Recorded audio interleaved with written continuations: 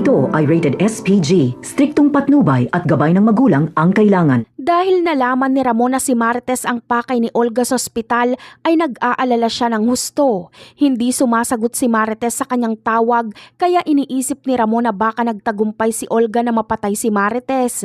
Kaya pupunta si Ramon sa San Dimas para alamin ang kalagayan ni Marites. Papasok siya sa bahay nila Marites.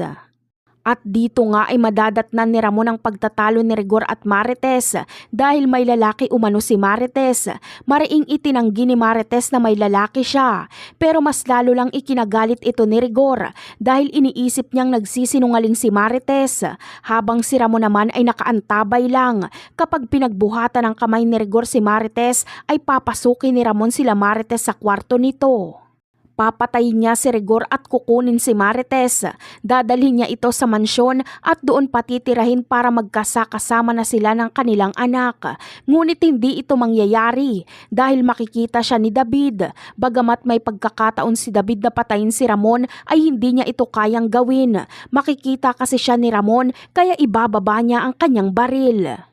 Gagawin ni David ang lahat para hindi magpang-abot si Ramon at Rigor. Itatago niya si Ramon sa kanyang kwarto.